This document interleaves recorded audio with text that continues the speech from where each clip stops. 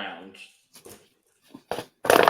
Well, you can still see the Now it just wrong looks like a channel. formless flaw, though. It just kind of looks like white noise now. If I move it fast enough, it just looks like white. A white Correct. blob, correct, yes. Mhm. Anyway. Hi, house Lana. guests. I love that. Hi, house guests. Welcome to the Cup TV, part of the Currently Unnamed Podcast Network, where we put the real and the tea in reality, and you can always come to us first to quench your thirst. I'm Logan Murphy, say something gay, and I'm currently just quenching my thirst with water, because hydration is obviously incredibly important. And what's up, y'all? I am Lana, your resident Evil Diva, here to give the tea spill the tea and drink the tea because you know I love me some tea purr. I am currently sipping on some strawberry sunkist, and I also have water just in case because hydration is always important. And I definitely have my cup mug available. I was waiting on Brooke to sit back down. Yeah. Period. So you can get your cup mug or any of our beautiful cup merch at lanagcreations.etsy.com. That link will be in the description below. And we do ship internationally and domestically here, United States, Canada, and Mexico. So there are no excuses unless your country is on fire or have war torn right now. Then there are some excuses, but other than that, there are no excuses. Get your cup merch. Mhm. Period. Thank you. Well, Big Brother 26 truly is the gift that keeps on giving, and it's giving Brooke on more than one episode a week. Hi, it's Brooke. I'm here to talk about Big Brother, and I'm drinking water because, as mentioned previously, hydration is important. Um, Yay, chaos.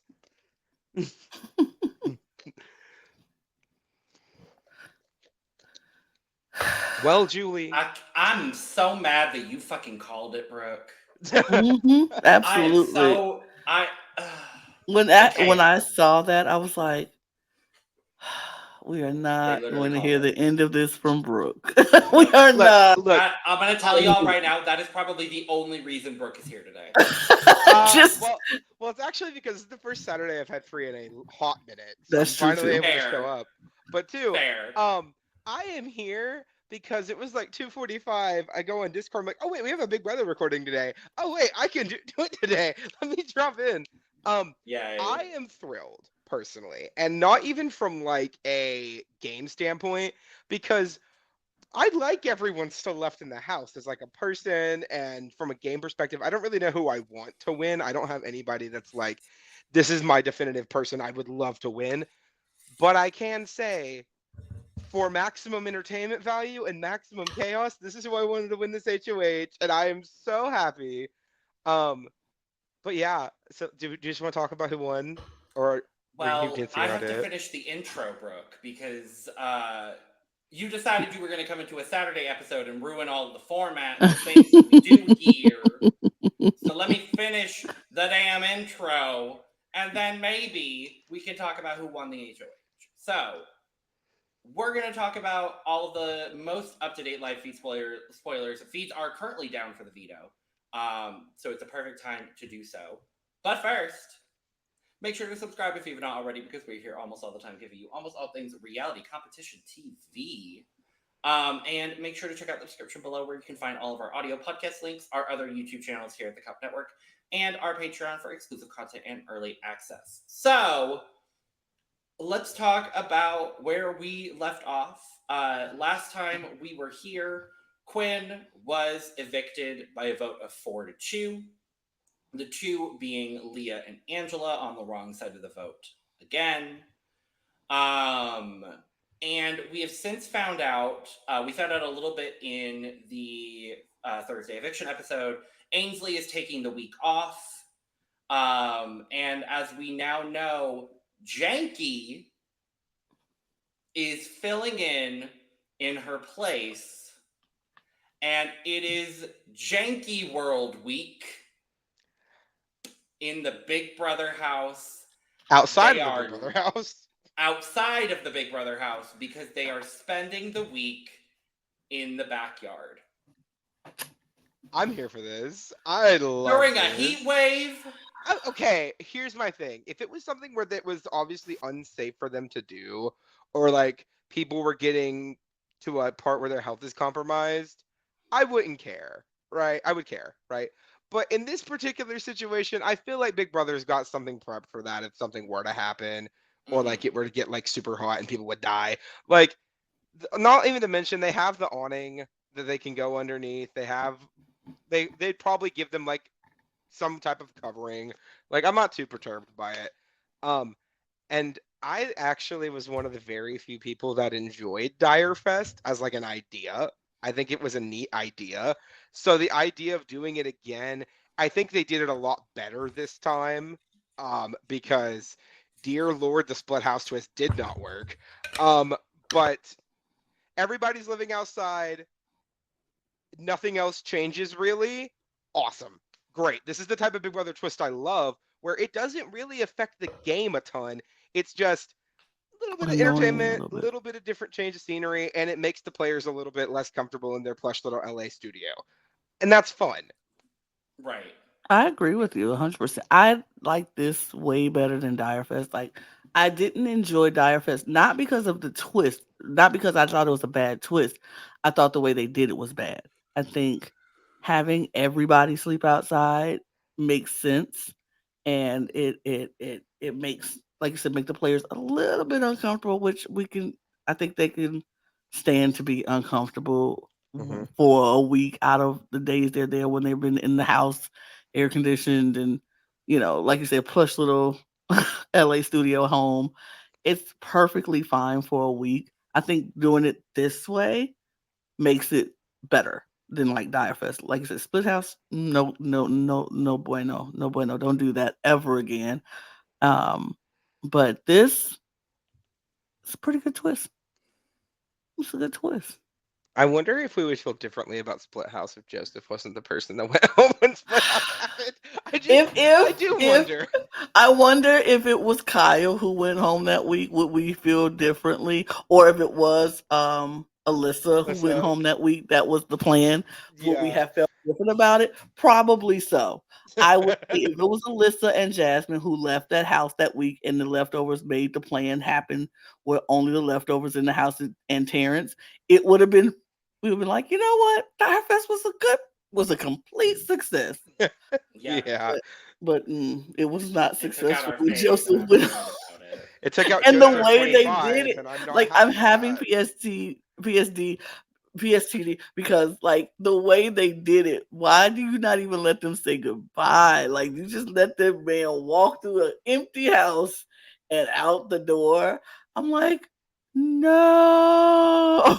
If anybody needed to say something to somebody, he needed to say something to Taylor, and we would have never had that stupid Monty incident ever happen on our screen and make us the whole time. Like, never. Oh my god. Oh my god. Please, let's move. Let's move. I can't. Yeah. So, we know that the HOH comp. So all of the comps are being done outside. Like all of Mm-hmm. the comps are in the backyard. They're all like it's a self-contained HOH and veto situation. I think that's kind of cool too. But we know that the HOH comp was some sort of endurance comp. You had to hold up something Um, for as long as you could. allegedly, it was the stoplight HOH that Jessica Mm-hmm. won on Big Brother 19. Yeah. Um, Mm. which that is a fantastic competition, and I am very happy they brought that back. I love that comp. It's a good comp. Um, It's a good comp. I hate the endurance comps that are like the spinny disc one, Mm-hmm. uh, Yeah. because that is just so unfair to certain people, like bigger Oh, bodies. It's just I would jump off immediately. Oh Like exactly. yeah. I I have no know. shot of winning. Why am I putting my body through that crap? And your 100%. vertigo would step in and just kill Oh you no, at that point. No. so Mhm. yeah, I deal with really bad vertigo. I literally would jump off. Like I Yeah. would be like, I am not going to do this. I'm going to jump off. Like Well, it's just not possible for me. mhm. I'm not going to put myself in harm's way. Oh, at all. I don't care if I was literally back up against the wall. Like, no, I'm not doing this comp. I'm not doing that comp. Well, But and I mean, even as someone who doesn't have vertigo and I don't experience that particular thing, I am a bigger human being, right? uh I am not winning the competition when they I mostly ain't cast winning that Abercrombie models on that show. It just isn't happening. Right. So, and Right. the wall, I mean, the wall has its problems, but the wall is fine. One of those comps this season Yeah. is okay, and I like the wall. So, having this competition come back, especially considering the last time it was used, it was in a really icky season, and I was kind of worried they would never bring it back, even though this comp is super cool. I was happy to hear it. I think this is a really cool comp to bring back. Yeah. It is great. I would have Uh, loved we got to see it. I mean, even though it I went know. 10 hours, That part. apparently. That 10 part. It went hours. 10 hours, allegedly. But we find out that Leah won HOH. She is the first woman to win HOH and veto since Hannah Chada. I looked back at that. I was like, that has to be fake, right? Bowie J never won a veto. No, apparently Bowie No. didn't win a veto.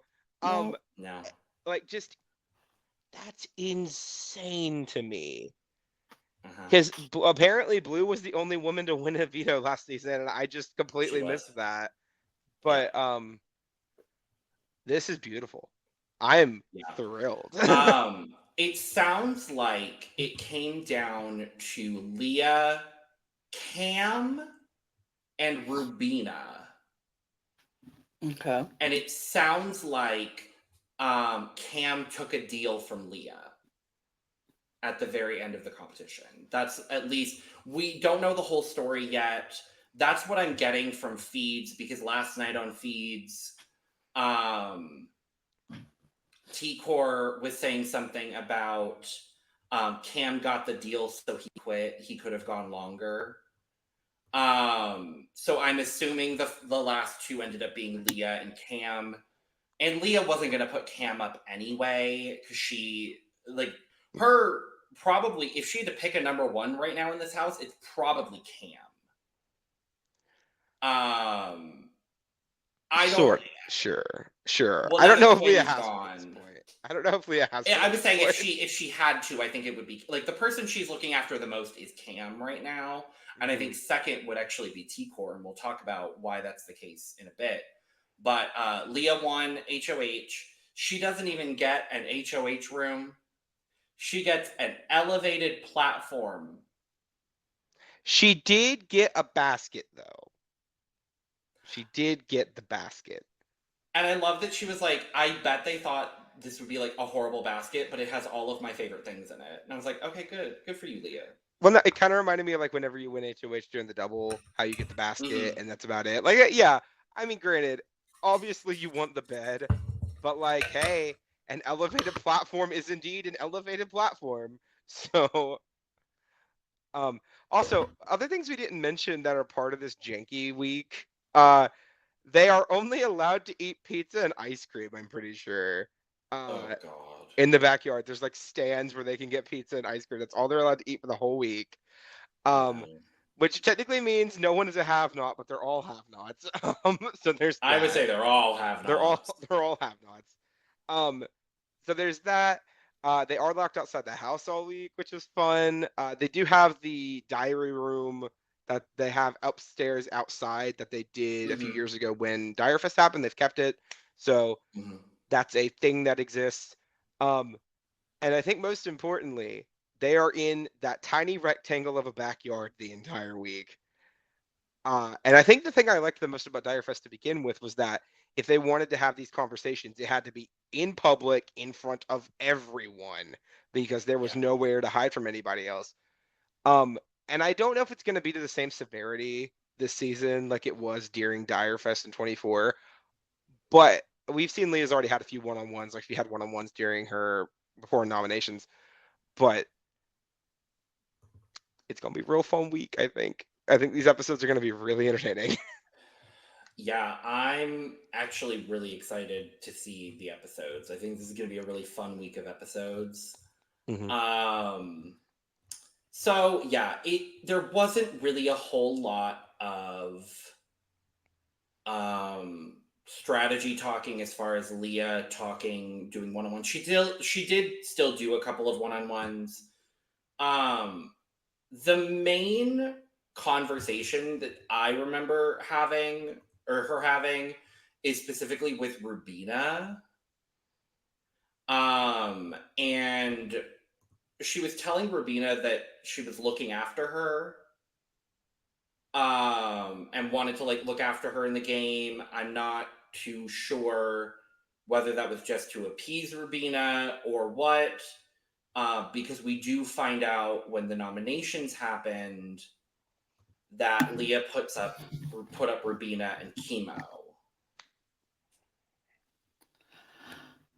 I don't know why she would do that. Like, I feel like at this point in time, injury has started. These other times, you just go and say what what you're gonna do. Like, you have to be honest with people, even if it comes back and like you could have been like, Rubina, I don't really because it. What if chemo is your target? You'd be like, Rubina, I don't want you to go, but I know you will vote for chemo, so you need to sit next to him so he loses the vote. And just be honest and be like, but I'm going to do everything I can. I want to give you a chance to play the veto and save yourself, but I knew you would be a vote for chemo, so this is why I'm doing it. For me, I think these were terrible noms for Leah's game. Um, Not even on top of just the general, oh, I told Rubina I wasn't going to put her up literally a few hours before the nomination ceremony and then I put her up. That's bad. But on top of it, you had the opportunity to do something insane here if you're Leah, right? Because at this point, pretty much the entire house is aware who the two people that are most likely to win the game are, right? They all know it, and they've all talked about it. We've heard it on feeds before. They all know T-Core and Chelsea are the two front runners, right? So in a week where you and Angela, right? Because Angela has already told you to a degree that she wants to work with you and she wants to help you in the game, right? Now, granted, has she been a little flip-floppy on that? Sure. But what you can guarantee is if you put T-Core or Rubina, no, T-Core and Chelsea on the block, by the end of the week, one of them is probably going home. I think this, because especially if they don't win the veto, we don't know who's going to win the veto, but you have this opportunity to take out two of the biggest threats to win the game, if not the two biggest threats in the game. And Angela is the person that would cast that vote because obviously Mackenzie and Cam are going to vote to evict T-Core, and Chemo and Rubina are going to vote to evict Chelsea. And you have Angela there that gets to make the decision. And then at that point, you're buying favor with whatever side of the house you and Angela work with and get out the other side. And then as long as the other side still exists, you're in a position where you can at least make moves throughout the game, right? Targeting one side just kills any floating potential you have right now because whoever survives between Chemo and Rubina, if they win HOH, which maybe they haven't yet, but Rubina's been close a few times, right? Mm-hmm. They're coming for blood. I Yeah. think this was a recklessly terrible decision. Yeah, I don't get it. I'm interested to hear from Leah what her thought process behind it was. I'm very intrigued. But otherwise they're just kind of adjusting to life in the janky world. Like we said, feeds are currently down for the veto. We know that the Yeah, veto player. I've been currently watching, like refreshing one of the feeds. How Right, long have the right. feeds been down for? Mm, Only about an hour. So could be any time now, could be forever from now. You never yeah, know. Could we be never any know. time now. Could be forever from now. Like that's why I Well, keep over refreshing. well, I'm looking over here like refresh, refresh, refresh. Right. remember last year, Dire Fest, not last year, 2 years ago when they did Dire Fest, it was like stacking those Yeah, like styrofoam yeah. Yeah. things that Terrence won. So maybe it'll be something short like that because they can't exactly do it like, oh, you all get to watch each other compete in heats. It has to be something like quick that they can I like do wonder. outside. I wonder if they would do like a circus themed mini veto. I could see microbrews, yeah. That I could see could some or work. something similar to microbrews. I'm not sure if it would be, but I Mhm. think we could see tiny veto this week, and I think that would fit. Tiny veto. I think that would fit with the theme too, because like Ainsley's not here, so we don't have the real Vito, so we have Tiny Vito. Mm-hmm. I Or kind of hope it's Tiny Vito. or oppositely, it's huge Vito, and it's a very big Vito competition. Massive Vito. Yeah, Oh my massive god. Vito. Mega Vito. Mega Imagine, Vito. have they ever Mega done leg. Mega Vito. have they ever done an endurance comp for a Vito? Yes. Yes. Well, I technically, the one where you have to lay in the thing and count, that is technically an Oh, endurance comp. yeah, that actually could be a comp they could do this week. That would make sense. They could. I mean, I don't know where they would hide the Um, trenches while they're digging them, but I don't know. We do know though that our veto players are Leah, the HOH, Rubina and Chemo, the two nominees, and then the three extra picks were Chelsea, Angela, and T-Core, which means that T-Core is finally competing in a power of veto with her two closest allies on the block. I want T-Core to win this veto so bad. I cannot express how much I want T-Core to win this veto. Because if T-Core wins this veto, she is taking Rubina off the block or Chemo, one of them, right? Mm-hmm. Quite frankly, I don't really care which one. She takes one of them off the block, and then Leah basically has to nominate either Mackenzie, Cam, or Chelsea, because if she nominates Angela, her game is totally dead. Well, she wants to nominate Angela. That's stupid. That is so beyond stupid. Now again, I'm here for Leah this week. I like maximum chaos, right? If she gets an opportunity at this point, she's already lost the opportunity to put up T-Core and Chelsea, right? Out the window, gone. Mackenzie is sitting right there. She is a massive comp threat. She's not even playing in the veto. So if this veto gets used and you have at least 3 people who are going to use it, maybe 4, even if Angela wins it, she might use it on Rubina. I could see it. I see her more likely to use it on Chemo, if I'm being honest. I think either way. I think she could use it either way, though, is my thing. Yeah. And I think Angela having power, she wants to use her power. That's just a very Angela thing to want to do. But But also, the veto's been used 8 out of 8 weeks. It would be weird to not have a veto used. Yeah. You know what So, I mean? at minimum 3 people who are going to use the veto, and possibly 4, maybe even 5 if Chelsea gets a really harebrained idea, right? And you have this opportunity to put Mackenzie on the block and backdoor Mackenzie. Why would you not take that shot at this point? She's the biggest comp threat left in the game to you. I mean, granted, Cam is also probably a comp threat, but he's done a very good job minimizing his target. So, like, get Mackenzie out of the house while you can, I would feel like. And I get this whole, like, oh, we want to take the women to the end and all that fun stuff, but, like... I get what you're... Go ahead. Okay. No, yeah. Oh, I was say I get what you're saying about her not putting Angela on the block would be a mistake for her game, and I agree with you. But Mackenzie's not going to forget what Angela did to her last week and try to throw her under the bus and with Quinn. And so I just think Angela is not somebody who she wants to put on the block for, game purposes. But I think she's like this. We all know Angela's been playing a really wild and messy game, and it's not come back to bite her yet. And I think if if Leah could put her on the block this week and know she's going home, she might take it because of the fact that she doesn't trust her anymore. Once you taint your trust with somebody, and even though they say, "Oh yeah, it's fine," no, it's fine. I believe you. They believe you. That don't mean they forgive you, and they don't forget what you did. And so that's the downside of Angela's gameplay. She does things, she cries about it, and people accept it and be like, "Okay, no, it's fine, Angela," to her face. But that's always in the back of their minds. They never forget it, and they don't trust that she won't do it again. If Leah evicts Angela this week, she loses any chance of winning this game. Period. I mean, I agree with that. I do agree with that. But I'm just saying, Angela put herself in that situation with Leah.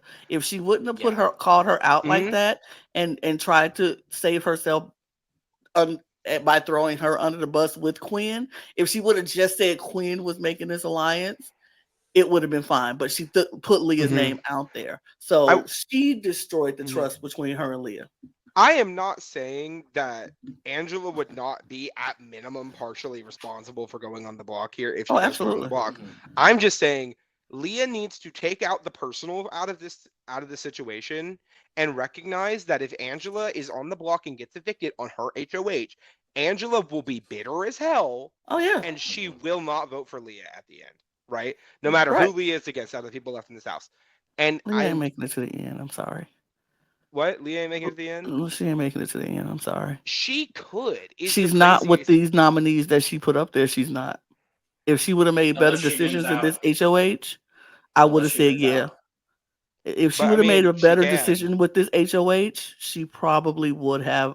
I could see a point where she making it to the end. But now, I don't think she's gonna make it. Well, under the assumption that the veto doesn't get used and either Chemo or Rubina goes home, right?